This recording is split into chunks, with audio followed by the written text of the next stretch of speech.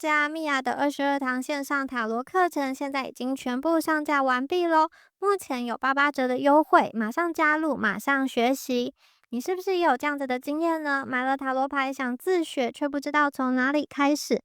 看了很多的影片，翻了很多的书，但是那些专有名词还是搞不懂。每一次解牌呢，都不大有信心，甚至越抽越迷惘，越抽越焦虑。其实呢，你缺的不是天分，而是一套温柔又有系统的学习地图。在课堂中呢，我会一步一步的教你从零开始跟你的塔罗牌建立真正的连结哦。那整套课程呢，分成4个章节。第一章呢，会带你认识塔罗牌的起源，教你挑选专属牌卡，并且如何和塔罗牌建立心灵连结哦。第二章解读塔罗的秘密语言，我们会逐章解析78张牌的牌意，让你轻松掌握大牌、小牌跟宫廷牌的能量和讯息哦。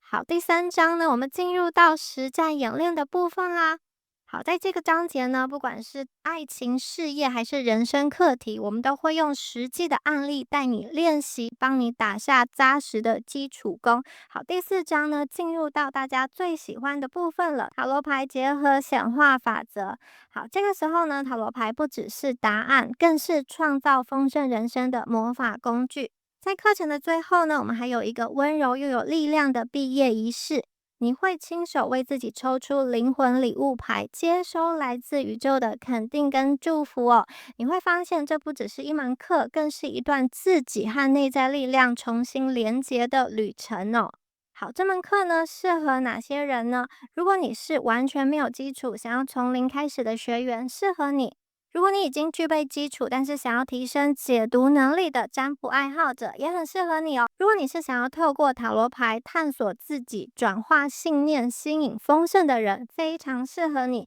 如果你想要成为专业的塔罗占卜师，打造你的副业的话，这堂课也绝对可以帮助到你哦。准备好开启你的塔罗旅程了吗？希望大家可以赶快加入，让我们一起成为灵性学习的好伙伴，一起探索未知，创造你的丰盛人生。Hello， 选到第一组的朋友们，大家好，我是米娅。那我们今天呢，要来帮大家看一下你们即将迎来的全面翻转的大好运。首先呢，我们来对应一下第一组朋友你们的能量哦。好，第一组的朋友啊，你们抽到的牌是 Blue Earth Angel。好，灵魂的守护天使哦，蓝色大地天使。好，哇，这张牌呢，充满了极度的守护能量，还有满满的祝福。我们看到蓝色的天空，这很像是静谧的宇宙，也很像是黎明前的大海。然后在画面的中央啊，有光的天使，它不是以人的形象出现，而是以能量体的姿态出现，透过光芒的流动，透过云朵的流动，把不同的世界串联起来。好，在它的下方呢，能量包裹着一朵好像正在绽放的花，也很像是一棵即将突破泥土的小树。这张牌想要跟第一组的大家讲，你的人生啊，并不是孤单的走在黑暗里，而是有更高的守护的力量在带领你。就算你觉得自己跌倒了、停滞了，甚至是无力了，宇宙依然在背后默默的替你点灯哦。首先，这张牌想要提醒第一组的朋友哦，你的灵魂来到这个地球是带着一个特别的使命。过去的挫折、痛苦，甚至是走错路的感觉，这些都不是浪费，而是为了让你更靠近真正的方向。所以第一张牌要带来的讯息就是，你们即将被引领进入一个新的生命周期。这是一张重启能量的牌卡，就像是被宇宙重新安排、重新开始。他告诉你说，你已经累积了足够多的灵魂的力量，你们可以承担更多，也可以去创造更多。所以呢，这不仅仅是有人来保护你，而且也在提醒第一组的朋友，你正在成为别人的光，因为你的存在将会为周围的人带来力量哦。首先，第一个好运讯息就是你会在资源上迎来反转。过去你可能觉得哇，我总是一个人要孤军奋战，但是接下来你会发现，有人愿意拉你一把，有人愿意帮助你，给你合作的机会，或是资源，或者说一些资讯，你们可以一起前进。在财务上可能会有意想不到的金流或是收入来源，有兼职，有副业，有礼物，甚至是有补助。在人际、在感情上，你们会遇见真正支持你的人，他们不是只是嘴巴说说，是透过实际的行动帮助你更接近梦想。如果你一直渴望着一个不要再孤单的日子，或者说一直渴望有人陪伴的日子，这张牌想要告诉你说，你期待的日子就要来了。你们呢，就很像是画面中的这朵花，你们正在被这个能量的茧所呵护着。这个光茧它象征着保护，你的梦想现在正在被守护着，不会枯萎，不会消失，它在等待最适合的时间绽放。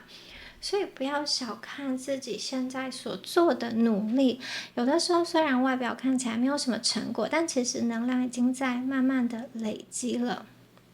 你们并不是孤独的旅行者哦。当你愿意信任并且迈开脚步的时候，宇宙其实就会送来天使，替你点亮前方的道路哦。哇，这张牌真的是能量非常的深。Manifestation， 你们来到了显化的力量，梦想会逐步落地。好，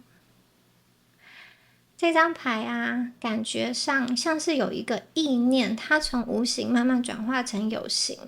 这个能量并不是急躁的爆发，而是稳定的累积。宇宙在跟大家说，你的梦想已经开始成型了。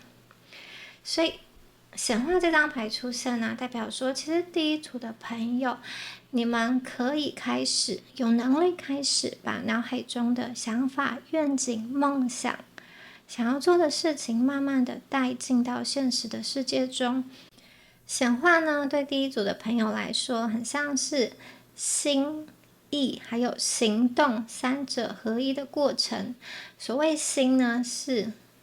你要先相信自己值得拥有，意就是你的意念，你需要清楚知道自己真正渴望的是什么。行动就是你要愿意付出实际的努力，哪怕只是小小的一步。当这三个元素结合，显化的能量就会开始运作。所以这张牌的出现也在提醒大家，宇宙已经听见了你们的祈求，只要你不放弃，愿望一定会逐步实现。好，这张牌呢，全面翻转的好运呢，主要集中在财务、事业跟生活上。你们可能会看见之前种下的种子开始发芽了，或者说一个计划逐步的落地，它不再只是想法，而是有人会出现，帮助你把蓝图具体化。在生活当中，你会感受到有一些小小的改变正在积累，最后会带来很大的一个突破。翻转也许不是立即的，但它绝对会是循序渐进去完成。就像种子它需要时间发芽一样，你们的愿望正在成型。好，那这张牌也给大家一个温柔的提醒哦。我觉得有很多的朋友在第一组，你们生命当中有一些困难，而且这个困难它并不会在短时间内消失，甚至可能会伴随你很长的一段时间。有些朋友可能是一生，但这不代表说你的生命会被这个困难给阻碍，不会因此而停滞。反而我觉得你能够学会和它共存，并且在困难中找到属于自己的道路。如果有一些朋友啊，你是现实当中的一个照顾者，这张牌的讯息想要跟你说，要支持别人之前，你要先支持自己，你要先稳住自己。好，宇宙想要跟大家沟通的是，不是要你去等待一个没有困难的世界，而是告诉你说，即使挑战存在，你依然可以一步一步去显化你所想要的生活。都布满尖刺，你们会学会看起来好难接学近，会让自有己在风浪中找到但是在这些尖刺，你们正在显化你的愿望，即使这个过程有挑战，宇宙依然会把最适合的结果带到你的面前哦。好，我们的下一张牌哦，是祭草。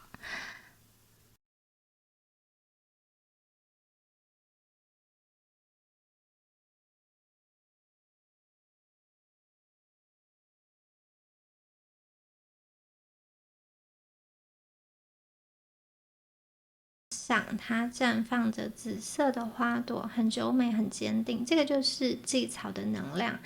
即使环境很艰困，依然能在逆境中开花。我感觉到有些朋友哦，你们因为长期处在一个艰困的环境中，不得不练就一身好本领，或者是说你要让自己长出很多的刺来保护自己，以免自己被骗，或者说被陷害等等的。你们很多时候有点像是被环境训练出来，必须身上有一些武器可以去抵挡，就像祭草一样，必须要长满了刺。好，这张牌出现，为什么会出现呢？过去我觉得曾经发生在你们身上的事情，那些痛苦，他们已经练就了你的韧性。接下来你们即将准备好迎接新的好运，你们的全面翻转会来自于那些你曾经觉得最困难的地方哦。因为祭草啊，它是一种带刺但是却开花的植物，象征着挑战中的美丽。所以我看见其实你们经历了很多，但这些困难是你灵魂旅程中的一部分。每一个挑战，它都不是为了要打倒你，而是帮你建立起独特的能量。真正的翻转并不是困难消失，而是你会变得比困难更强。所以这张牌很像在跟宇宙说，其实你不需要一个没有刺的花园，你需要学会如何在一个很困难的环境中依然可以开花。你们就是有这样子独特的能量哦。比如说有些朋友，你过去可能有那种不断的被拒绝、不被理解的经验，最后呢都会转化成你的优势。因为别人可能会因为很辛苦就放弃，但是你能够坚持下来，最后脱颖而出。在财务上，你可能经历过一些窘迫、困境、不稳定，或说负债的状况，但是这张牌提醒你，因为你知道困难的滋味是什么，你更能够去建立一个稳固的基础。金钱的反转来自于学会守成跟找到新的管道，拓展你的收入来源。在爱情跟人际上，这张牌的讯息想要告诉你说，可能你曾经真的在感情里受过伤，你为了保护自己筑起了一道一道的高墙，但是你们还是有能力去把你的心门打开。真正适合你的人会懂得欣赏你的花，他不会害怕你身上的刺，他会理解为什么这个刺会形成。好，这张牌带来的另外一层讯息是，有一些困难它可能一直存在，就像祭草永远带着刺一样。但这绝对不代表说你们的人生就没有希望了，因为你们会找到方法，把困难变成力量，甚至你会因为这些挑战遇见真正支持你的人。所以当你觉得怎么还没有好起来的时候，请记得，你的人生不是要等到没有刺，而是要学会如何带着刺依然可以开花。即使生命中带着刺，你们依然可以在逆境中绽放。哇，非常非常有力量的一张牌哦。Cherry， 好，樱桃牌，好，这张牌非常的甜美哦。成双成对的红樱桃挂在枝头，圆润鲜红，它很像是为爱情染上的颜色哦，彼此紧紧的互相依偎哦。这张牌散发出的能量啊，超级温柔，超级浪漫，超级甜蜜哦。它清楚的告诉第一组的朋友哦，你的爱情能量正在翻转，好运正在靠近。因为樱桃啊，它象征着情感的成熟跟喜悦。过去第一组的朋友可能经历过孤单、等待，或者说被误解、不被回应的这种心情。但这张牌的出现提醒大家说，你已经走过那个最孤单跟艰困的时期，现在是时候去迎接爱的果实。这份爱，它不再是暧昧不明或是没有安全感的，而是成熟的、真实的、能够落地的。宇宙告诉你说，你期待的爱情不只是幻想，而是你即将可以品尝到的甜美。所以这张牌的重点就是你们的感情即将出现重大的转折哦。如果你是单身的话 Cherry 这张牌告诉大家一段新的恋情正在走近，它可能是一个让你感到愉快又很自在的人，给你带来久违的心动、心电感应，让你心跳加速。这段关系啊，绝对会让你觉得哦，原来爱情是可以这么的浪漫，这么的甜美。那如果你有伴侣的话，这张牌意味着你跟你的伴侣的关系可能会进入到一个新的甜蜜期，可能是重燃热情，或者是更深更进一步的承诺，也有可能是迈向婚姻、同居、组建家庭等等更加稳定的一个阶段哦。如果你们正在暧昧不明，或者是这种关系不明朗的状况，那 Cherry 这张牌啊，表示这份感情它有机会明朗化，不再让你苦等，会有一些明确的表态或是行动。不论这段感情要不要继续下去，你会知道结果是什么。好，那同时啊，这张牌也提醒你说，樱桃的果实很甜美，很饱满。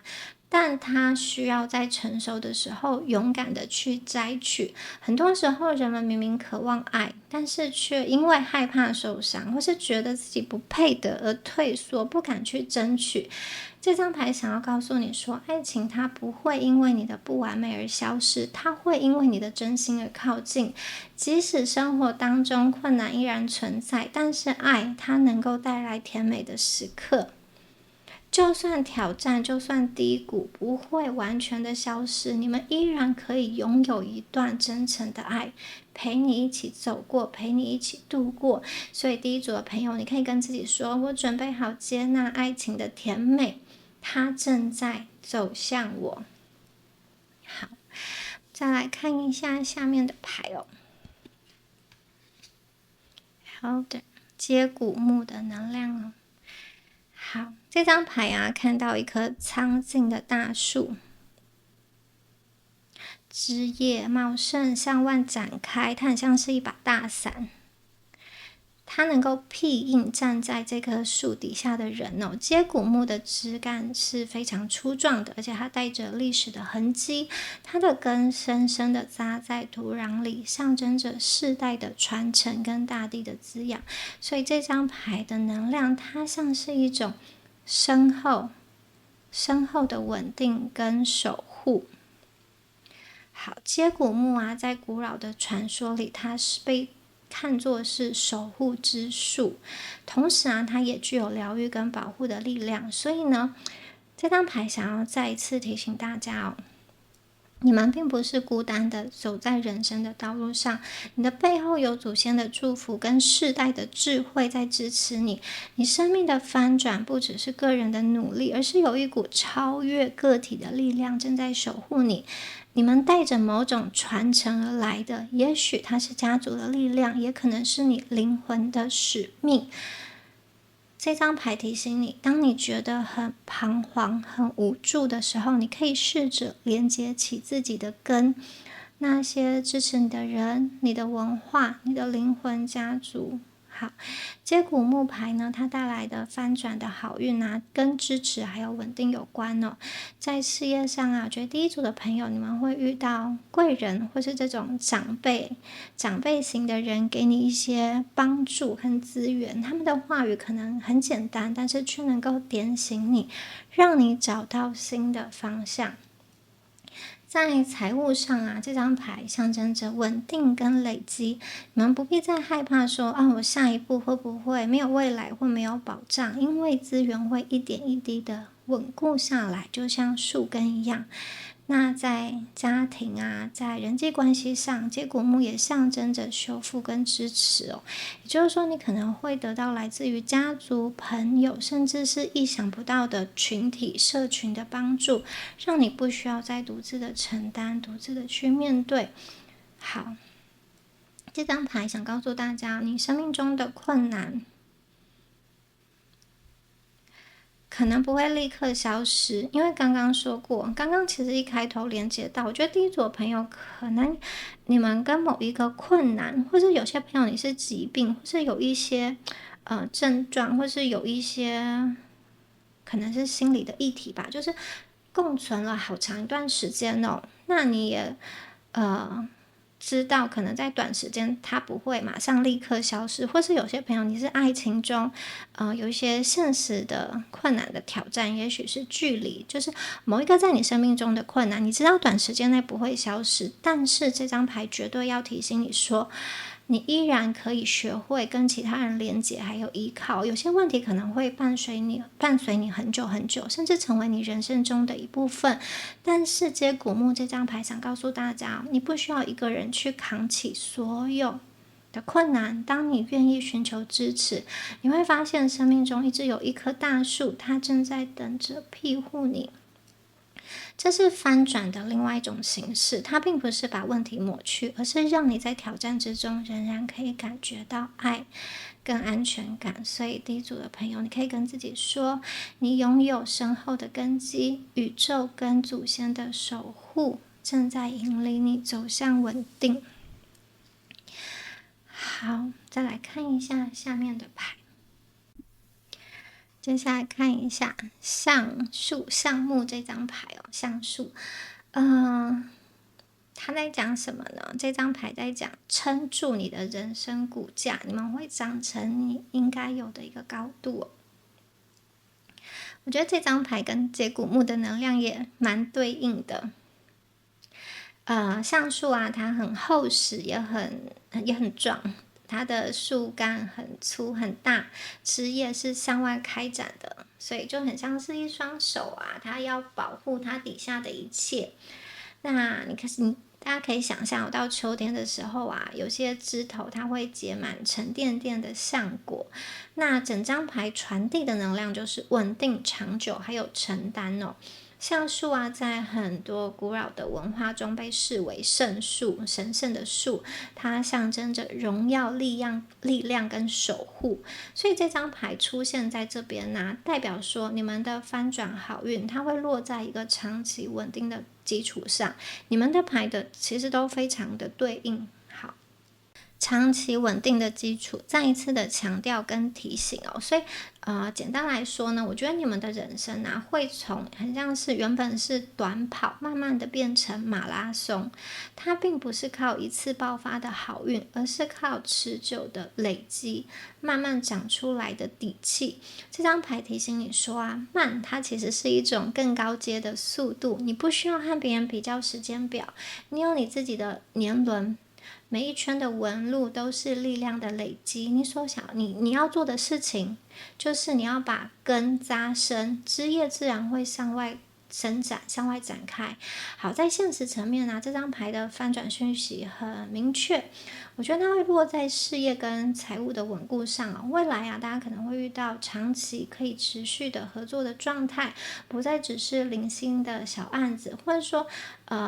能够有这种给你带来长久财务安全的一个工作或是投资的一个策略，你们的财务状况会开始改善。有些朋友你可能会从负债的状况有了翻转，建立存款，然后慢慢的有厚实感。有些朋友你则是从一个本来还不错的状况更反转进阶到财富自由的阶段，就是不论你现在的基础是什么，你们都会持续的放大还有翻倍。好，那你们的专业也会被制度化或者是可复制化，也就是说不再是靠你自己一个人的时间了，而是它能够变成一个系统，能够被放大，持续的带来价值牌面上这个橡树的年轮其实想要提醒大家伟大的树它是从一个小小的橡果开始，它很像是在跟第一组的朋友说，你今天种下的一个小种子，一个小习惯，它可能就是让你10年之后站得稳、长得高的基础。好，有些朋友对你来说，现在你身上可能担负着很多的压力跟责任，比如说家庭工作感情或是经济的压力，这些都不会在一夕之间消失。但是橡树这张牌想要跟你说，虽然这些责任跟压力它不会快速的离开，但你们绝对会成长成一棵足以承担的树。你会发现其实自我的稳定本身就是一个最大的好运，你会用时间长成力量，稳定会成为你的底气。好，我们再来看一下我们的最后一张牌最后一张牌是和野兔一起跳舞。好，这张牌大家看到草地上有一个女孩子坐在中间她的长发飘逸，身边围绕着一群野兔，草跟女孩的头发还有她的衣角都在飘动。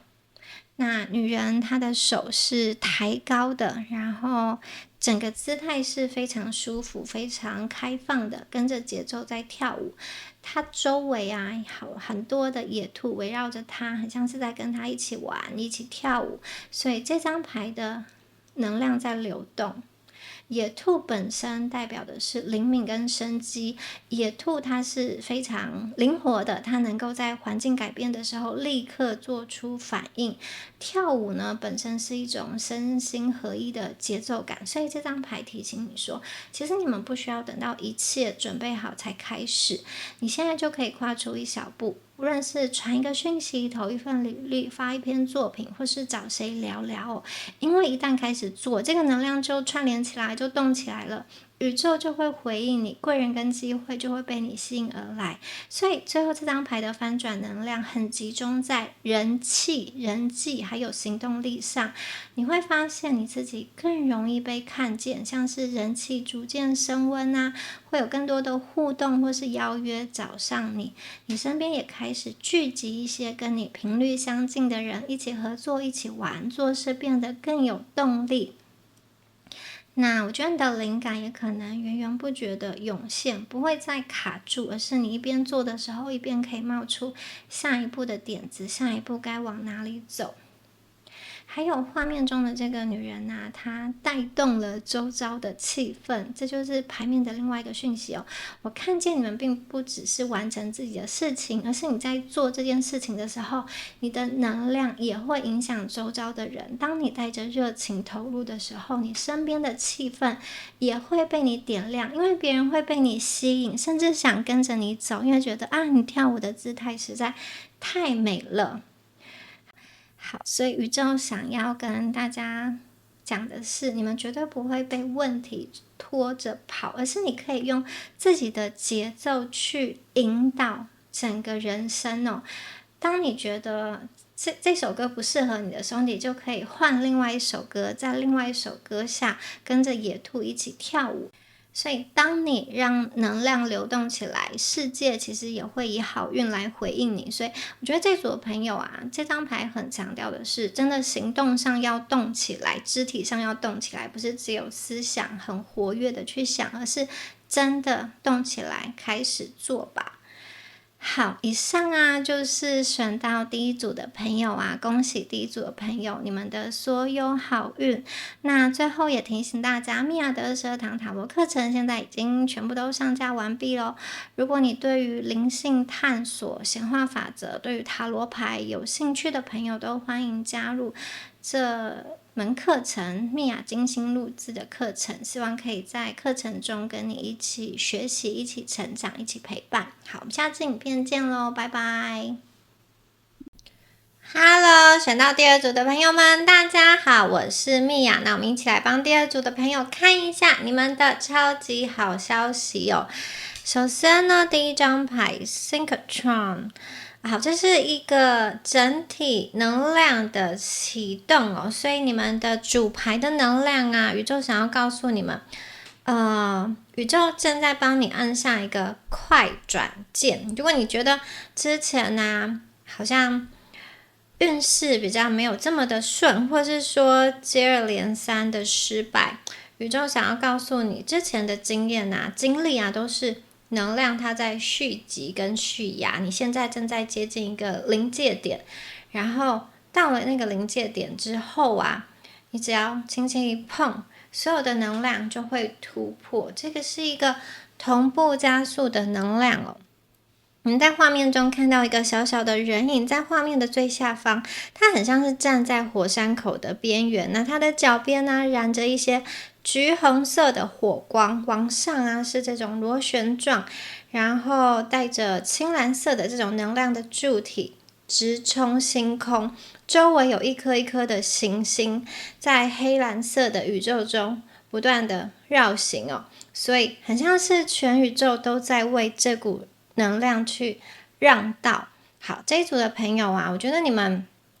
听到这个影片之后啊，你的节奏会突然的变快。比如说呢，在等面试通知的人，可能你会收到接二连三的通知，或是卡住的案子突然过关，一直没有回应你的客户会主动的敲你。所以呢，我觉得你们会有这种能量动起来的感觉。那在能量动起来的时候，大家可以去想一想，有这么多的机会朝你涌现的话，你可以去选择对你来说最优先、最有回报的事情哦。好，另外宇宙也想要告诉他，你们的心念能量很重要，你的想法很重要，你的想法就是油门哦，你可以把自己很焦虑的心情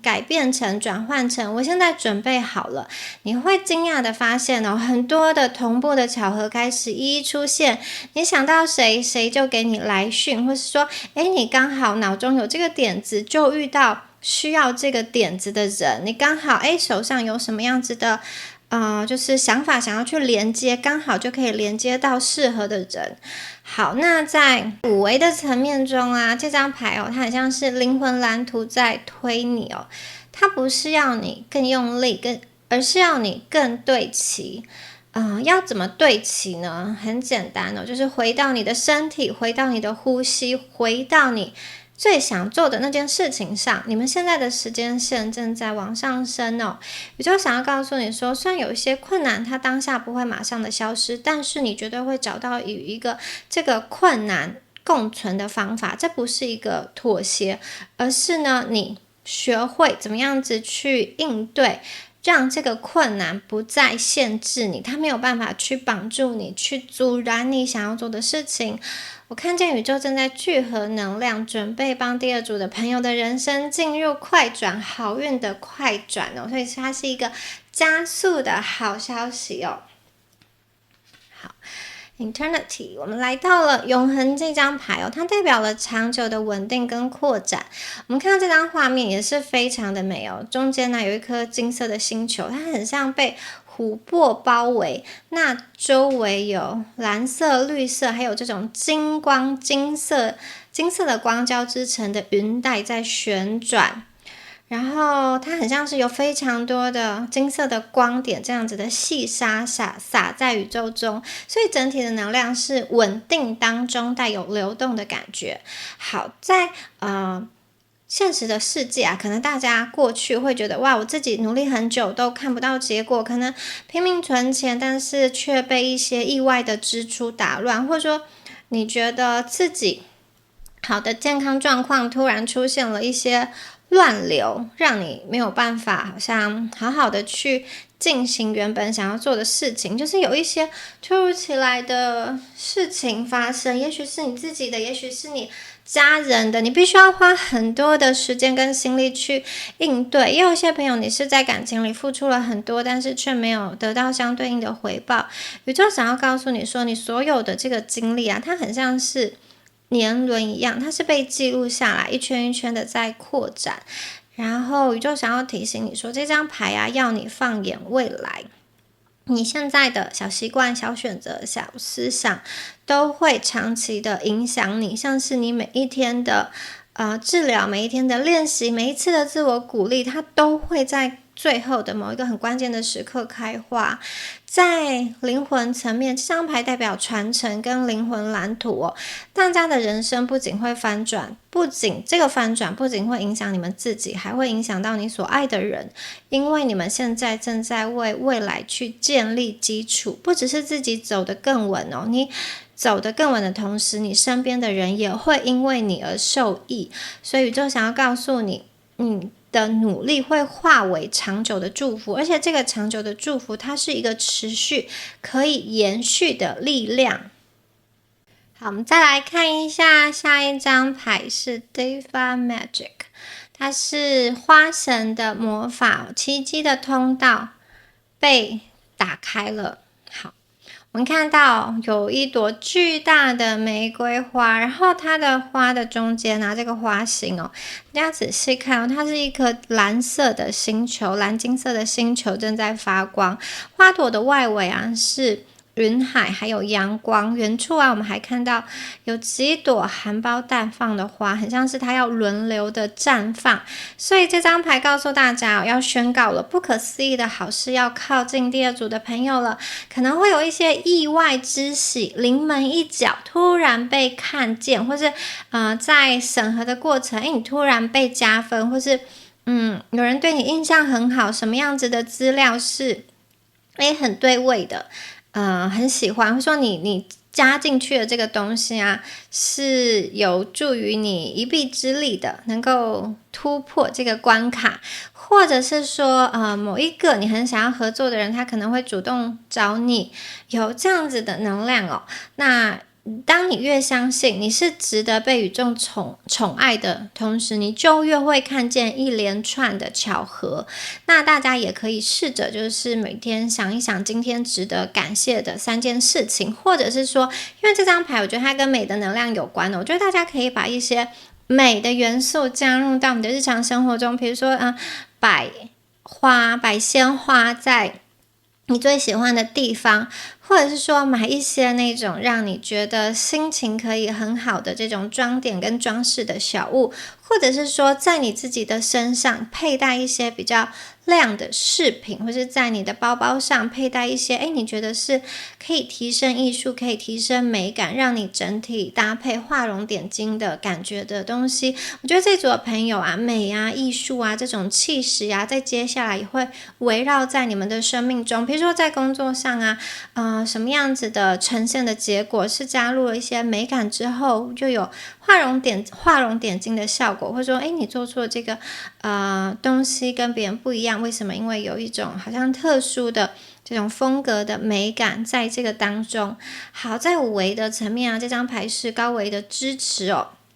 你们并不是孤军奋战的，你可以直接的跟宇宙开口请求，请让我看见下一步该怎么走，请让我遇到对的人，请让我遇到对的爱情哦。宇宙想要告诉你说，奇迹正在发生，你们已经被祝福跟爱环绕了。哇，这3张牌都是非常有力量的牌哦。再来看一下我们的花草神谕卡。哇，这张牌是罂粟。好，罂粟花中间呢，在罂粟花的中间有一个淡淡的骷髅的轮廓，那旁边有这个红橘色的罂粟花蔓延哦。这张牌在讲什么？有一个阶段结束了，好，有一个阶段结束了，拖了很久的账、合约关系，或者说卡住很久的一个事件啊、疗程啊、一个这种纠纷啊，它会迎来干净的收尾，然后大家也会有一种。你可以真正的拿回你的睡眠，它代表的是深层的休息。为什么？因为这组朋友，我觉得你们可能之前一直在担心某件事，悬而不决。现在这件事情终于有定论了。比如说，你在等待的一个排序上，现在终于等到你了，或者是说，你之前一直很烦恼的一件事情，现在谈拢了，解决了。或者说一直困扰你的这个感情的关系，或者说你一直觉得很难处理的一段关系，已经告一段落了。不管这个结果是如何，你不用再去烦恼了。之后大家可以真正的休息，就是好好的大睡一场，或者说好好的放宽心放松一下。为什么会出现这张牌？我觉得你们好累，好累是说一种心理跟精神状态的累。长久以来，为了某个人、某件事情、某个状况在担心，你没有办法真正的开心的、放松的笑，你没有办法，好像完完全全没有顾虑、没有焦虑的醒来。好，现在这件事情结束了，要结束了。你们可以把内心一些假设还有不甘心、还有愤怒，或者说还有情绪的状况说出来，写下来，然后把它撕掉。这个是断开能量绳的最后的仪式，让你把力量从过去回收哦。为什么？有一些灵魂契约到期了，结束了，不再牵扯了，大家可以放心往下一步走了。当你放手，这个绝对不是失去，而是一种完成。完成之后，就会释出新的能量空间。好。你们会勇敢告别不再合适的，为新的生命让路。很多的令你头疼烦恼的事情即将要结束了，告一段落了，尘埃落定了，进入到下一个阶段了。好，再来看到下面的牌，蘑菇哦。好，这张牌呢，它代表的是这种连结。大家可以看到成串的橘黄色的蘑菇，它很像是对称的排列。那中间呢，还有汤匙跟这种不同的乐项，还有弦乐，好像在提醒你们说，其实时机很重要，连结也很重要。这张牌的焦点聚焦在人脉合作上的一个好运哦。其实想要告诉大家，你不要单打独斗，你可以加入一些学习的圈子，找伙伴，找资源哦。因为有点像是这个蘑菇嘛，把你会的跟别人的资源，然后像这种蘑菇一样的丝，这种菌丝一起合作，就会长出意想不到的成果。然后呢，这张牌还有个讯息是，当你选择信任跟分享，你的能量会被场域放大，你跟对方的能量会彼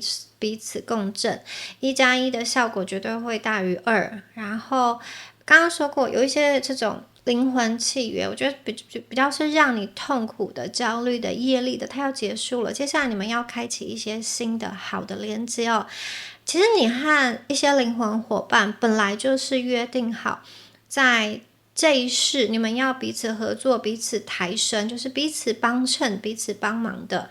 然后接下来你们要连接到这些对的人，和他们建立契约，你们会跟对的人走，你们会跟对的伙伴在一起，接下来你会走得更快也更稳。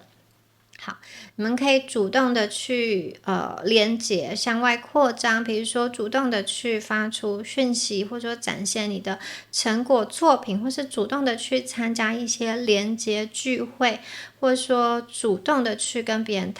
攀谈说话，先连接之后奇迹就会到来哦。你可以把根，就是树底下这个根伸向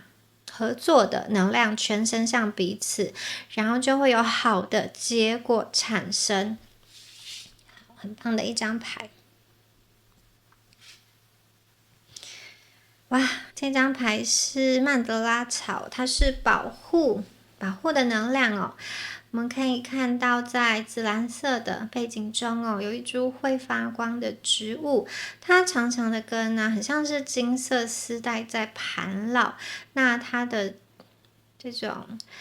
花朵中间呢，还有点点的星火。其实它整株这个曼德拉草很像是一个自带光照的小宇宙。这张牌在讲什么呢？资源到位跟影响力扩张。这个时候啊，你们去申请资源、申请合作、申请学校、学程或是什么样子的这个计划谈判啊，然后开口请求支援啊，很容易成功。同时这张牌告诉大家，这是一个很适合去立下边界的时期。有的人该断则断，该拒绝则拒绝。我们就是这张牌，我觉得你会更加的勇敢，你会把姿态站直，腰杆挺直。你越不缩小自己，越能够召回散落的力量。你会勇敢，你会相信自己。同时啊，守护灵还有土地还有所有公义公正的能量正在守护着你们。你们现在要学习的是拿回你的主权，由你决定要怎么使用你的生命哦。所以大家可以在心里告诉自己说，我允许资源跟守护的能量进入到我的生命中，所有的资源正安全的向我这边靠拢。好，接下来再看一下，这张牌是有关于凤仙花的智慧哦。牌面上这个女子啊，她拖着她的脸颊哦，有一点在想什么事情。那她脚边的凤仙花开的到处都是。这张牌有一个讯息，像是说，其实花已经在生长了，只是你可能因为你的脸看另外一边，你还没有看到这个成果哦。好，有些朋友啊抽到这张牌可能代表说，你觉得你过去很努力，想要改变，想要突破，想要创造新的局面哦，但是你觉得外在世界好像没有给你什么回应。为什么别人做一点点事情好像就有成果，但是你做很多都没有起色？这种感觉真的很容易让人怀疑是不是自己哪里有问题。但是凤仙花出现在第二组的朋友面前，其实想要温柔的提醒你说，很多人在这个阶段会陷入一种急躁自责的回圈。比如说你现在没有结果，就觉得说你做的不够好，或是别人比你快，你就觉得是不是你做错了。有的时候别人的成功不见得是他做对什么，可能就是这个机运时机来了。有的时候你现在还没有成功，不代表你是做错的。有时候呢，你太急着想要看见，或者说想要证明自己是有价值，你太想要去找一个证据，但是你却忘记了有一些成长，它的成长并不是立即的被看见，而是它是在潜意识里面慢慢的扎根哦。所以当你很焦急的想要在外在世界寻找证据的时候，你会忘记其实你脚边的凤仙花它已经在长了。好，宇宙想要提醒你说你们不用再一口气做好多好多的事情，比如说一口气想要完成10件事情哦，而是你可以停下来，专注在一些精准的把某一些重要的事情精准的完成。这个并不是懒，而是一种战略，把你的能量集中在一些重点的事情上。然后在情绪层面焦虑它是一种能量打结的状态。当你越想要快速的看见什么，你的内在状态会越紧，然后事情也可能会越卡。所以请对自己说慢一点，反而会更快。这是一种智慧，并不是一种妥协。好，在五维的世界中，宇宙正在把第二组的朋友帮大家从不适合你的时间线慢慢的带离。所以我们前面才会有这些牌的能量，这个因素的能量有一个阶段要结束了，不适合你的时间线，这个阶段结束了。过去的那个过程的特征就是你觉得努力没有成果，或者说你熟悉的方法不灵了，你过去用这个方法是可以成功的，现在不行了，你要从这个不适合你的时间线离开了，宇宙要把你带离开了，这个不是失败哦，这个是升级。为什么？因为你愿意顺势转向，你就能够越接近真正属于你的安排。所以有的时候延迟不是拒绝，而是宇宙正在为你排成更好的一个安排哦。所以请大家信任天使，让事情以最好的速度去发生。这张牌是这个百丽花。我觉得这组的朋友啊，你们真的可能有一段时间好焦虑，或是你们是属于那种真的想很多，脑袋就是不停的转，很容易睡不好，被打断，被分心，或是你的心里一直在盘旋着各式各样的担忧，担忧你自己，担忧你的小孩，担忧你身边的人，或是担忧一些这种国家的事情啊，或是一些这种大局面的事情啊，也会忧国忧民这样子，然后也会担心说啊自己不够好，不够努力，没有准备齐全怎么办？为什么会不顺，搞砸了怎么办？就是这些想法不断的一支的去想，会让你觉得很疲惫、很焦虑，也让你失去判断力。好，白丽花这张牌的讯息很简单，当你的心静下来，答案就会自己浮现。有的时候不是你不聪明，而是你太聪明、太敏感了，导致你在脑袋中不停的模拟、检讨跟假设，这种状况啊，会让你卡在一个永远想不完的问题池里面，没有办法休息，也没有办法专注。你会以为你在解决问题，但其实你只是把你自己困在一个焦虑里面。所以呢，白丽花这张牌给大家一些具体的建议哦，就是希望你可以去清除你的杂念。比如说呢，在晚上啊，好，所有你担心的事情，把它写下来之后，就把它收起来，不要带到你的床上，然后在床上的时候就好好睡觉，或者说你每天就设定一段时间，好，这段时间你可以尽情的想，可是在这段时间过之后啊，其他时间就不要让焦虑来打扰你。同时每一天呢，也尽量对自己去说一些肯定自己的话。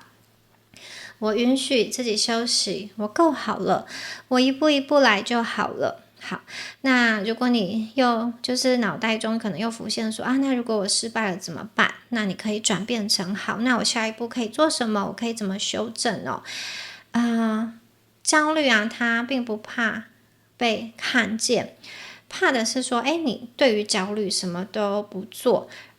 如果大家把脑海中的焦虑转化成行动的话，其实你们的能量立刻就会回来哦。好，在五维的层面中，宇宙想要告诉你说，你静下来的时候才能够听见真正的指引。这张牌要给大家的能量就是一颗清明的心，因为一颗清明的心就是你显化世界的场域。你想要什么，不单单是靠努力的去想，而是要让你的内在空间清空够干净，然后才能够容纳那个渴望。因为有时候你的焦虑一个代表毅力跟使命的牌，你最想要的那件事情。老实说，我觉得这张牌作为会搞不懂究竟要回应的是你的焦虑，还是你想要的那件事情哦。所以宇宙想要告诉你说，有的时候不需要想太多，你需要的是清空。你们将选择清明的心念，宇宙也会回应你们的清明。好，我们再来看一下最后一张牌哦。好，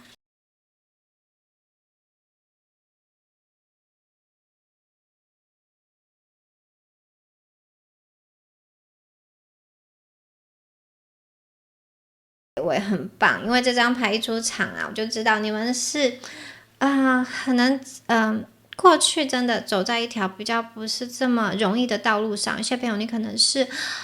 身兼多职，有些朋友可能是创业者、艺术工作者，你可能是父亲、母亲，你可能是照顾者，你可能是疗愈师，或者是说你心里有一个长期的创伤。虽然面对这个长期的创伤，但是你仍然不放弃去自我觉察，去做一些行动。我看见这种朋友，你可能被迫早熟，被迫扛着很多的责任，独自前行，甚至有一种好像一个人撑了好久好久的这种状态。这个时候啊，这张牌老獾的出现，它其实是一种安静的力量，它想要告诉你说，接下来你们要走的是灵魂选择的路，你们现在经历的，它并不是一种燃烧殆尽的那种疲惫，而是一种深层的灵魂的疲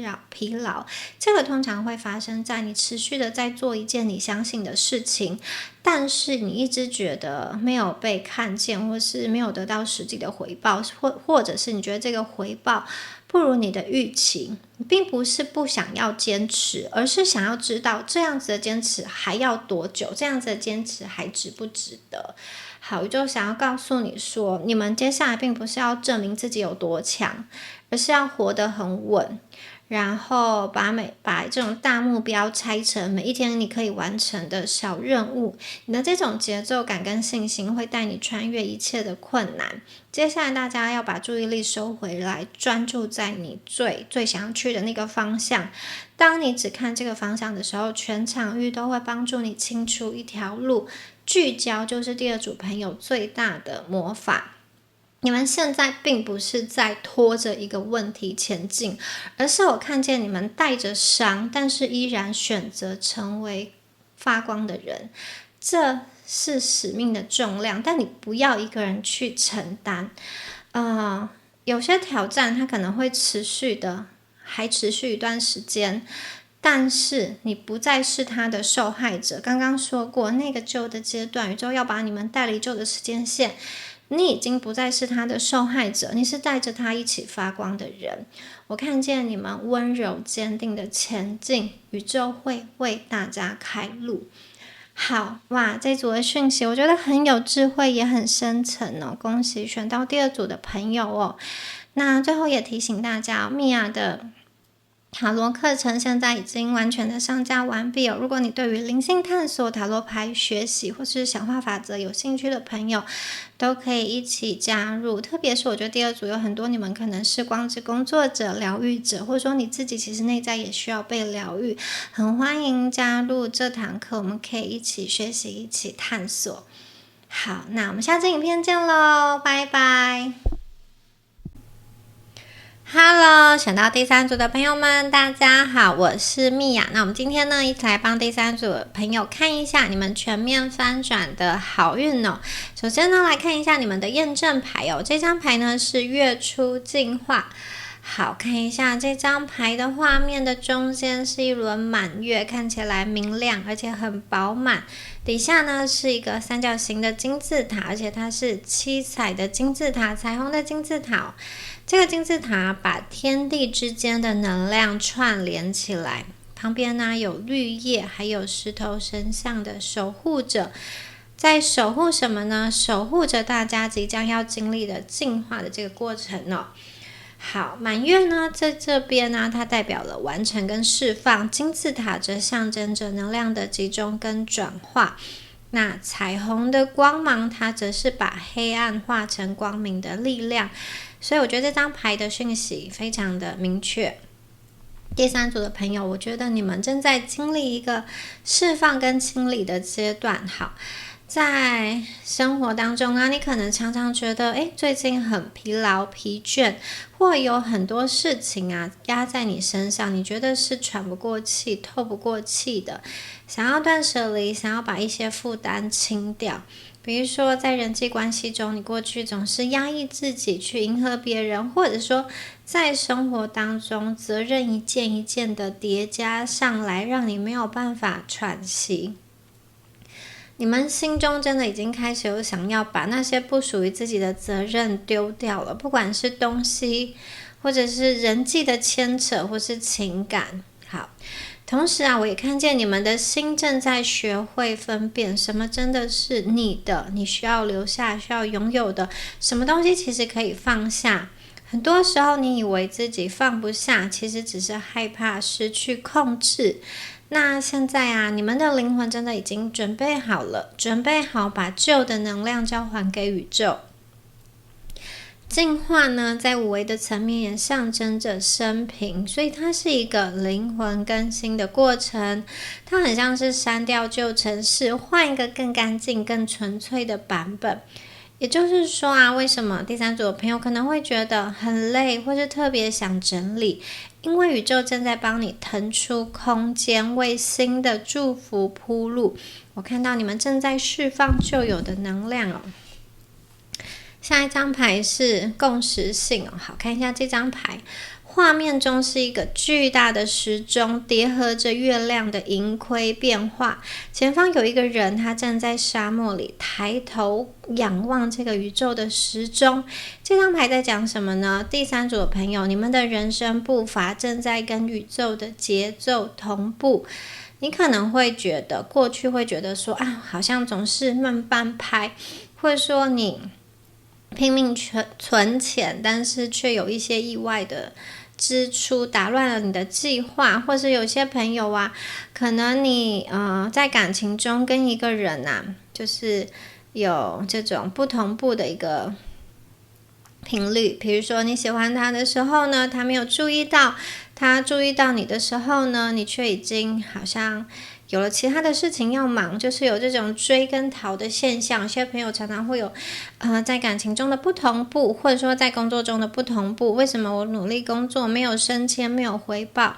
那宇宙想要告诉你说，如果你觉得进展很慢，过去觉得进展很慢，接下来请你相信你的直觉跟心灵感应哦。接下来要进入到一个跟宇宙共识的时刻，也就是说啊，有一种心想事成的能量。比如说你想到一件事情，就马上有一个人或是一个讯息出现来呼应你，这绝对不是巧合，是宇宙在告诉你说，你正在走在对的时间线上。共识性代表着大家灵魂的蓝图正在对齐哦，你们没有走错，也没有落后，而是在你自己的灵魂时钟中前进，一切都会在刚刚好的时间点发生，就像花开花落一样，从来也不会错过。所以你们正在和宇宙的时间同步。这两张牌一起出现啊，代表说第二组的朋友，你们一方面在释放旧的东西，在进化，另外一方面也又在跟宇宙同步。你现在的辛苦等待，甚至是那些觉得白费力气的付出，其实全部都在为你的未来铺路哦。好，那这组的朋友在感情中，可能你是一个非常渴望安全感的人，可能你心里一直都希望有一个很具体深刻的感情连结，最好是那种不用多说话你就能够被他理解这样子的一个伴侣。我看见在现实生活当中，你常常可能会吸引到一些比较现实、成熟或务实的伴侣，甚至有一些朋友是看你有差距的，他们一方面带给你稳定，一方面也逼你成长。你们在感情中可能非常的浪漫，喜欢和谐，喜欢平等，特别在意这种家庭或是生活的一个氛围感。那你们对爱情的标准可能也不低，你希望能够互相尊重，保持平衡。同时这一组的朋友，你们也是一个爱得很深层的人，就是你一旦投入到一段感情中，就很难抽离，因为你会全心全意的爱一个人，但同时你也会很容易因此而受伤。我觉得你们过往的爱情经历带着某一种转化性，就是每一次的恋情可能都会让你去完成一些课题，都会让你的人生有了很大的改变，逼着你成长。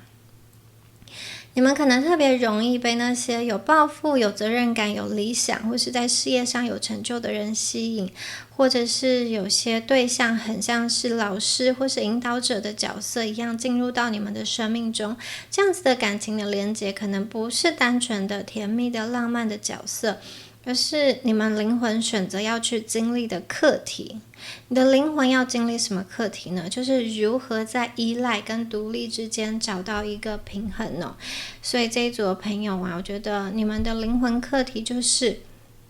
不要因为全心全意的付出而失去自己。你们渴望浪漫跟美好的氛围，但同时也是需要现实的承诺的。好，这个是感受到你们第三组的朋友的一个验证的能量哦。好，接下来呢，我们再来看一下大天使麦克出现喽。好，这张牌啊，大天使麦克要给大家勇气跟保护哦。当大天使麦克来临的时候，会形成一个巨大的保护结界，把你整个人都包围在蓝光里。所以我觉得你们接下来会经历的翻转的好消息，就是你的心会很安定。为什么？因为大天使麦克出现，要来保护第三组的大家哦，让你的心安定下来，让你的焦虑安定下来哦。你并不是孤单的，你过去可能承受了太多的压力，甚至你可能怀疑说，我是不是一辈子都要这样被拖住、被消耗？但是现在啊，宇宙派大天使麦克来帮助你。他要帮助你切断那些不再适合你、不再服务于你的能量，他要带给你勇气，带给你保护。可能你最近啊有一些人际的纠缠、官司的纠纷、感情的阴影，或是生活责任的重担，或是一些健康的议题。大天使麦克告诉你说，你不需要一辈子背着这个沉重的课题，甚至有些是不属于你的课题哦。你有选择可以去放下。好，那他要做什么呢？他要来帮你清理心中的那些杂音跟恐惧。比如说我不够好，没有人支持我，我会完蛋等等的，这些都是幻象，不是真实的。大天使麦克的蓝光，它会帮助你恢复清晰，让你重新的相信自己。好，在五维的层面呢，大天使麦克代表灵魂的使命跟一个保护的契约。为什么会出现呢？因为你们的灵魂正在走到一个新的阶段，你们需要去活出更大的使命。但在此之前呢，你需要先勇敢去切掉旧的枷锁，这样子新的道路才会展开哦。大家可以告诉自己说，我是被保护着的。我有勇气切断不再适合、不再属于我的东西，走向我的灵魂使命。好，接下来我们看到的是灵魂的洗涤哦。我们看到泉水啊，从石缝中流出、涌出，流入到宁静的水池。那水面呢，映照着星光跟月光。这张牌啊，它在见证一场灵魂的进化。为什么会有这张牌呢？我觉得这一组的朋友啊，你们真的很需要休息，或者说重新整理。你们的生活、人际、情感、心理的压力已经堆叠到一个临界点了。你的灵魂开始渴望喘息，可能会想要远离人群，或是单纯的去大自然走走，或是做一些简单啊，不需要动脑的小事情。你们很需要一个停下来的空间，安静的空间。好，这是你内在的呼唤，你们不需要逃避，而是去接受它。那在四维的世界中啊，这个泉水代表心念的更新，也就是说，这一组的朋友，你们的思想正在被重新的开机，那些旧的想法、旧的限制性信念正在被冲刷掉、冲洗掉。比如说呢，你过去可能会觉得我要达到某一个标准才值得被爱，现在可能会被新的信念所取代，我的存在就值得被爱了。这样子的转念就是你真正自由的开始。好，在五维的灵魂的层面啊，这是一场灵魂的新生，因为泉水的能量会让大家变得更加的透明，更加的轻盈，让大家进入到更高的振动频率。当你调整到这样子的状态的时候，你会发现很多的事情它会自然而然的水到渠成，不需要这么辛苦的去推动。好，当你与更高的振动频率对齐，当你不再执着的控制，不再强求结果的时候，一切它就会开始自然的流动。你会发现原来真正的力量来自于允许这个自然的力量流入，允许你自己被洗干净，允许自己被净化，允许新的能量进入到你的生命当中。好，非常有深意的一张牌哦。我们接下来看到光的道路哦。这张牌是灵魂的庇护所，你们接下来走到了神圣的森林哦，画面中是一片森林哦，高大的树木就形成了一个天然的拱门，然后我们看到这张牌是很亮的，充满了阳光。这一组的朋友，你们正在走向一个安全的空间，它可能是一群真正支持你的朋友，或者是一段健康的感情。你们真的不需要独自承担了，因为你会遇到属于你的灵魂家族的伙伴。这个神圣之灵提醒你说，宇宙其实听见你的心愿了，现在你只需要打开心去接受支持。当你相信有力量会帮助你，有人会帮助你，你会发现你心头的这个重担变得轻松很多。在五维的灵魂的层面，这是一个集体灵魂意识的象征。大家你的翻转不只是为了你自己，而是带动一群灵魂共同的进化。也就是说，你们这一生来到这个地球，你的旅程有更高的使命，你的归属之地正在等着你。你们正在走进灵魂的庇护所，在这个庇护所中，你会感觉到被支持、被理解跟被爱。好，下一张牌我们看到的是镰刀哦，哇，这张牌的画面很简单，一个弯弯的镰刀，刀锋呢带着冷冷的光哦，底下呢有圆形的光晕哦，好像是月亮的倒影。其实这整张牌啊，给我感觉就是一种决断的能量，切割的能量。镰刀的形状很像新月，它也是一种收割的工具，所以这张牌就有收割、象征、切断、转化的一个能量。好，那这张牌出现呢，我觉得大家接下来会进行一些快很准的行动，也就是说宇宙不会让你慢慢拖，而是一刀两断，很快的做决定，干脆利落，快很准嘛。很多时候啊，你可能知道要放手了，但是心里又舍不得，结果把自己卡在一个僵局、一个拉扯的状态中。这张牌告诉你说，宇宙将会推你一把，帮你斩断不再适合你的人事物。好，你们的生活可能会出现一些断裂或说结束，比如说你在清理人际关系的时候，你决定跟某些人不再来往，不再消耗自己，那宇宙也许会帮助你把这些人请出你的生命圈、人际圈，或者是你在工作、在合作当中，你可能有一些感觉，或者说意识到说我这条路走不下去了，就是说可能真的要去转向了。那如果你没有办法下定决心的话，宇宙也会帮助你去看清楚一个真相。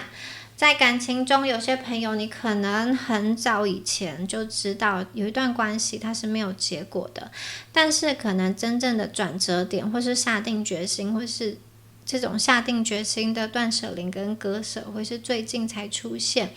因为这张牌其实在提醒大家，你们现在走向一个切割的阶段，虽然有一点痛，但是你会换来更大的自由哦。好，在信念层面，镰刀提醒大家真的要有决断力。很多时候你们的卡关不是来自于不知道我要不要做，而是你不敢做。其实你心里早就知道答案了，但是你还在拖延，还在想说再看状况吧，再给一点时间吧。这张牌想要跟你说，不需要再等了，你有足够的力量去切断不必要的牵绊，或是一些不健康的东西。好，在灵魂的视角中啊，镰刀它也是一种灵魂的收割。它在收割什么呢？你们的灵魂正在回收那些分散的能量，断掉旧的羁绊，因为它要让你迎接新的篇章。镰刀是一个灵魂契约完成的讯号。其实某一些人出现在你们的生命中，他只是为了教你一课。好，当这个课题学会了、结束了、毕业了之后，就该放手。你越快接受，灵魂的能量就越快提升哦。好，在感情中啊，我觉得这张牌会出现，它常常跟某一种不对等的关系，或者是持续的消耗性的付出有关。你可能全心全意去爱，想要给对方安全感，但是对方回应却很少。久而久之你会觉得心很累，你会开始怀疑自己，说我到底还能怎么办？为什么我有那么多就是做不好的地方？但是镰刀牌在提醒大家，并不是你不够，而是这段关系本来就不是你灵魂长久要停留的地方。你的灵魂课题就是要学会在爱中也能够勇敢的对不适合的关系说不。一旦你切断，宇宙才有机会送来更对的人。所以我看见你们会割舍不属于你的一切，因为你知道真正属于你的祝福从来不需要勉强。下一张牌是繁缕花哦。好，这张牌呢，画面呢是一片很温柔的花卉的图案。好，繁缕花它铺满整张卡片，然后很细致，也很有韧性。虽然它不像玫瑰一样这样耀眼夺目，但是它却有一种很低调而且很顽强的力量。中间的这个罗盘形的这个图案啊，它也在提醒你说，其实这张牌卡是用来帮助你找到方向的。为什么呢？在灵性意义上啊，繁缕花象征着光在黑暗里的一个引导哦，就是在古老的花语中，它是旅人的守护花，因为无论你走到哪里，它都能够提醒你说不要迷路，不要迷失。那我觉得这张牌出现在镰刀之后啊，它很像是一个对比。镰刀要你割舍，那繁缕花则告诉你说，放心，割舍之后你会被带到一个正确的方向。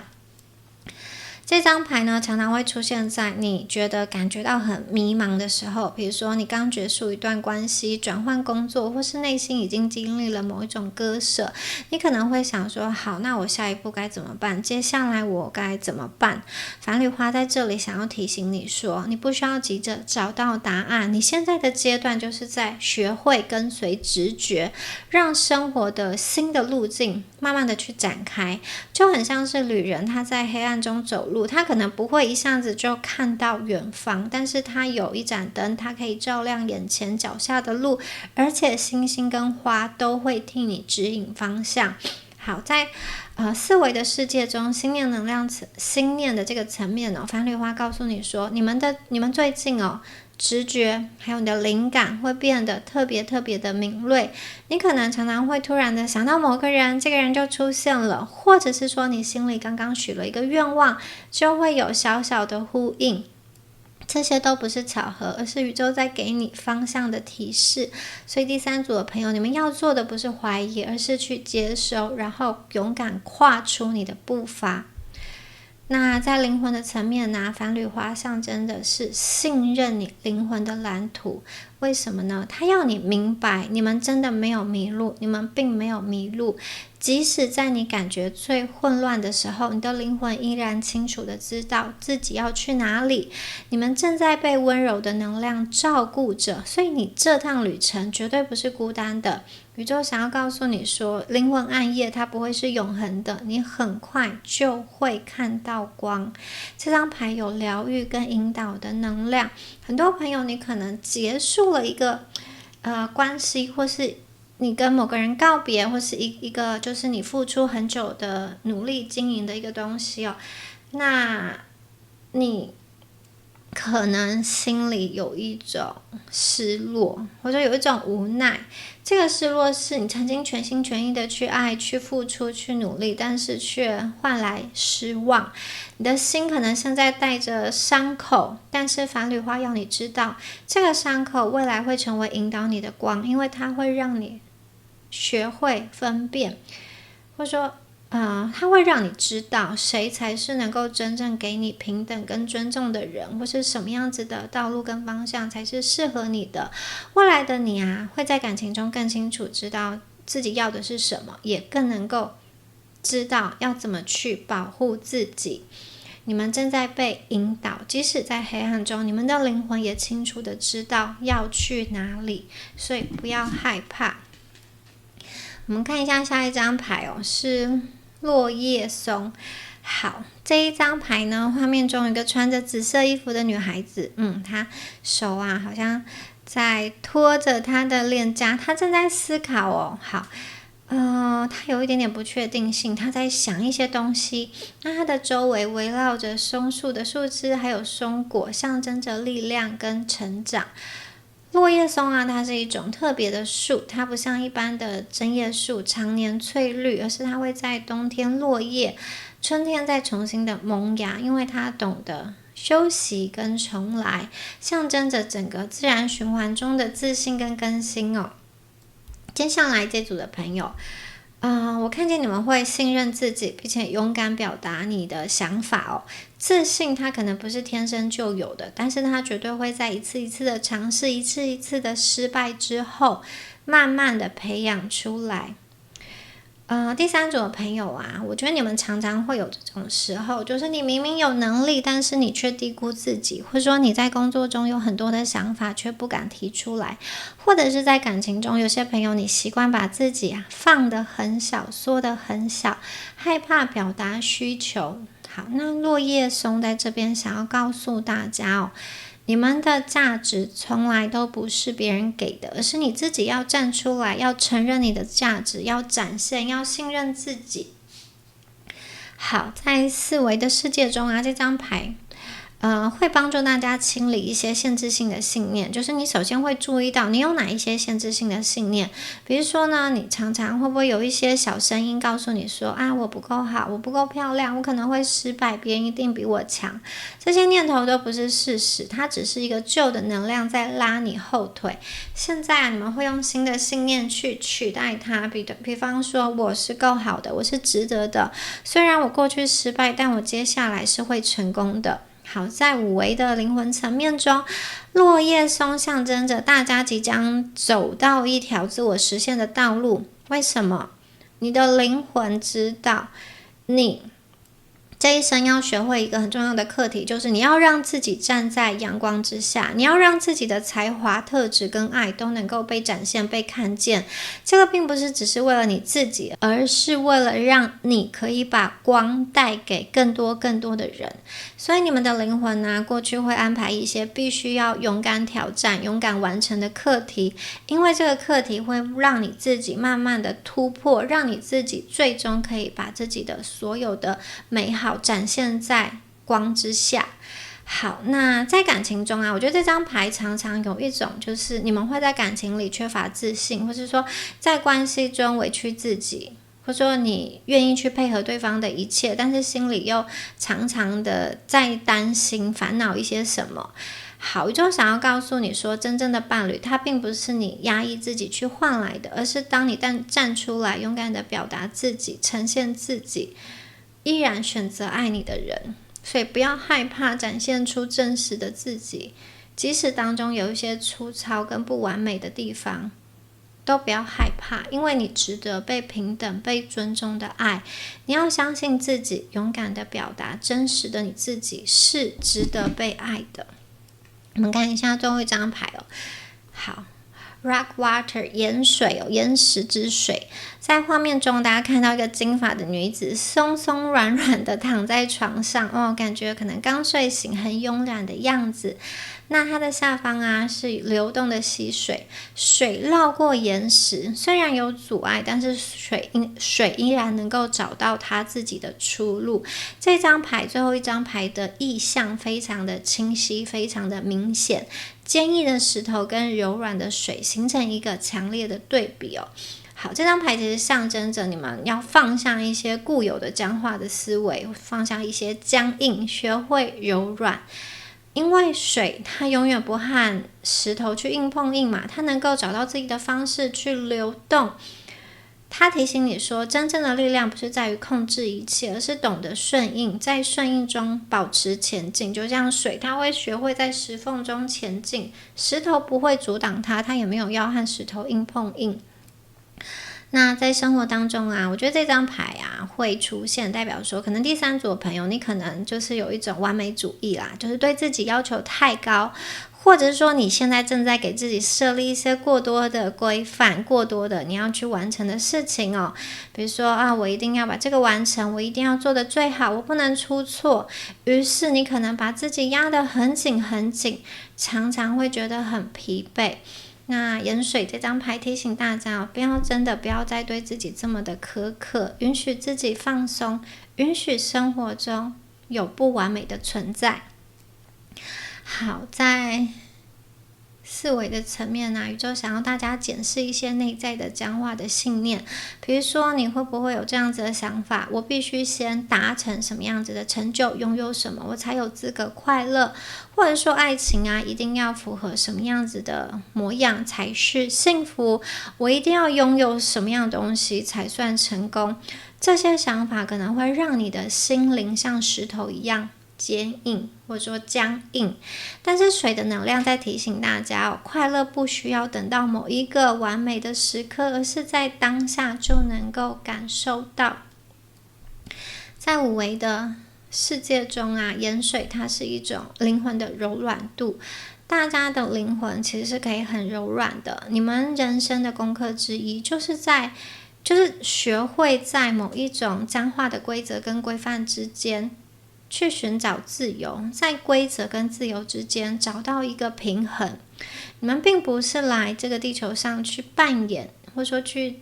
担任一个完美的角色，而是来体验在不完美中你也可以去勇敢的爱自己，然后享受这份流动。宇宙想要告诉大家特别是对自己要求很严格的人可能你们在感情上也会不自觉的对自己很苛刻，你可能会希望自己是好伴侣，或者说压抑自己的一些情绪的需求，但是这些压抑久而久之会让你自己很累。其实真实的爱就是全部的你，包含你的情绪，你的缺点。如果你总是压抑自己去符合某一个标准的话，那爱其实会变得很紧绷。你需要的是允许自己柔软，允许自己在感情中展现不完美的样子。同样的还有你允许自己不完美，也要允许对方有缺点，有软弱，有不完美的时候，然后学会在爱中彼此的包容。宇宙想要告诉你说，你可以允许自己柔软，因为真正的力量来自于流动。不要害怕柔软就输了，或者说不要害怕柔软就是一个好像没有办法往前，没有办法掌控什么。其实你们在柔软当中还是可以顺应以及很顺畅的自然的流动。好，以上就是有关于第三组朋友你们今天解牌的所有讯息，我觉得非常非常的有深意第三组的牌。好，那最后也提醒大家米娅的塔罗课程现在已经完全上架完毕了。如果你对于塔罗牌、灵性探索或是显化法则有兴趣的朋友，都欢迎一起加入，一起学习，让我们在这条路上可以彼此陪伴。好，我们下期影片见咯，拜拜。